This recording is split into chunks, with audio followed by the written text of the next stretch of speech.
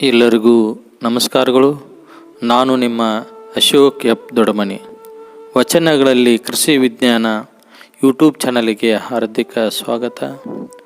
ಆಯ್ದಕ್ಕಿ ಲಕ್ಕಮ್ಮನವರು ತಮ್ಮ ವಚನದಲ್ಲಿ ಕೃಷಿ ಹಾಗೂ ಇತರೆ ವಲಯಗಳಲ್ಲಿ ದುಡಿಯುವ ಕಾರ್ಮಿಕರ ಬಡತನದ ವಿಶ್ಲೇಷಣೆಯನ್ನು ಕಾಣಬಹುದು. ಶಿವಶರಣರ ವಚನ ಸಂಪುಟ 1 ವಚನದ ಸಂಖ್ಯೆ 1ರಲ್ಲಿ ವಚನ ಈ ರೀತಿಯಾಗಿದೆ.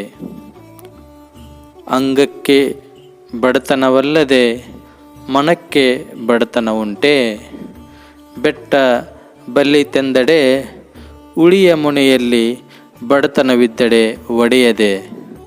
ಘನ ಶಿವಭಕ್ತರಿಗೆ ಬಡತನವಿಲ್ಲ, ಸತ್ಯರಿಗೆ ದುಷ್ಕರ್ಮವಿಲ್ಲ. ಎನಗೆ ಮಾರಯ್ಯ ಪ್ರಿಯ ಅಮಲೇಶ್ವರ ಲಿಂಗವುಳ್ಳ ನಕ್ಕ ಆರ ಅಂಗಿಲ್ಲ ಮಾರಯ್ಯ. ಇದೊಂದು ಮಹತ್ವದ ವಚನ. ಕೃಷಿ ಹಾಗೂ ಇತರೆ ವಲಯಗಳಲ್ಲಿ ದುಡಿಯುವ ವರ್ಗದ ಒಗ್ಗಟ್ಟನ್ನು ಒತ್ತಿ ಹೇಳುತ್ತದೆ. ಇದು ಬಡವರಲ್ಲಿ ಆತ್ಮಶಕ್ತಿ ತುಂಬುವ ಗುಣವುಳ್ಳದ್ದಾಗಿದೆ.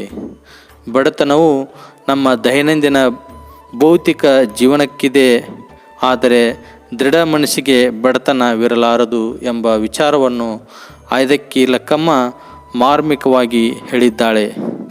ಅಂಗಕ್ಕೆ ಬಡತನವಲ್ಲದೆ ಮನಕ್ಕೆ ಬಡತನ ಉಂಟೆ ಎಂದು ತಿಳಿಸುತ್ತಾಳೆ. ಶೋಷಕರ ಸಂಖ್ಯೆ ಕಡಿಮೆ ಇದೆ, ಆದರೆ ಬಡವರು ಬಹುಸಂಖ್ಯೆಯಲ್ಲಿದ್ದಾರೆ.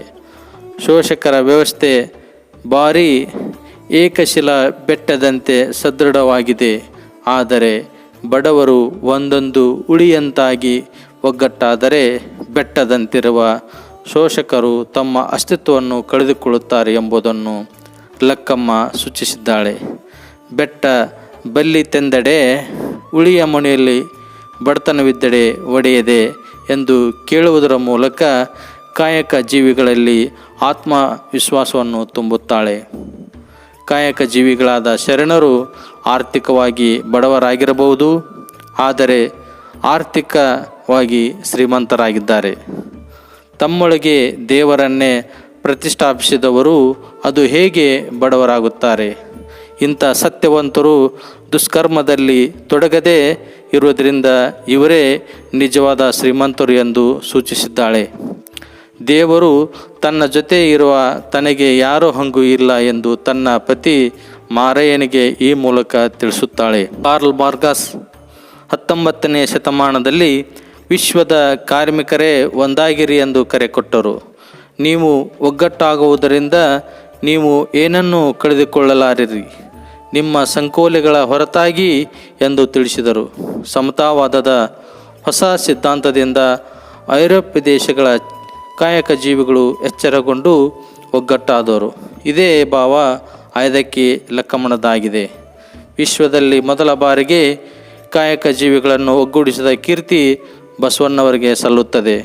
ಈ ಒಗ್ಗಟ್ಟಿನಿಂದಲೇ ವಚನ ಚಳವಳಿ ಆರಂಭವಾಯಿತು. ಇಂಥ ಚಳವಳಿಯಲ್ಲಿ ಬೆಳೆದು ಪತಿಯಂತೆ ತಾನು ವಚನಕಾರ್ತಿಯಾದ ಲಕ್ಕಮ್ಮ ನಮಗೆ ಈ ವಚನದಲ್ಲಿ ಬಡವರ ಶಕ್ತಿಯ ವಿರಾಟ ಸ್ವರೂಪದ ದರ್ಶನ ಮಾಡಿಸಿದ್ದಾಳೆ. ಶೋಷಕರು ಮತ್ತು ಶೋಷಿತರು ತದ್ವಿರುದ್ಧ ವರ್ಗಗಳೇ ಸೇರಿದವರು ಎಂಬುದನ್ನು ಎತ್ತಿ ತೋರಿಸಿದ್ದಾಳೆ. ಈ ವಿಡಿಯೋ ನಿಮಗೆ ಇಷ್ಟವಾಗಿದ್ದರೆ ಲೈಕ್ ಮಾಡಿ, ಕಮೆಂಟ್ಸ್ ಹಾಕಿ ಹಾಗೂ ಎಲ್ಲ ರೈತ ಸಮುದಾಯಕ್ಕೆ ಶೇರ್ ಮಾಡಿ. ನಮ್ಮ ಯೂಟ್ಯೂಬ್ ಚಾನಲ್ ವಚನಗಳಲ್ಲಿ ಕೃಷಿ ವಿಜ್ಞಾನ ಸಬ್ಸ್ಕ್ರೈಬ್ ಮಾಡಿಕೊಳ್ಳಿ. ಮುಂದೆ ಮತ್ತೊಂದು ಕೃಷಿ ವಚನದೊಂದಿಗೆ ಮತ್ತೆ ಬರುತ್ತೇನೆ. ಧನ್ಯವಾದಗಳೊಂದಿಗೆ ಎಲ್ಲರಿಗೂ ನಮಸ್ಕಾರಗಳು.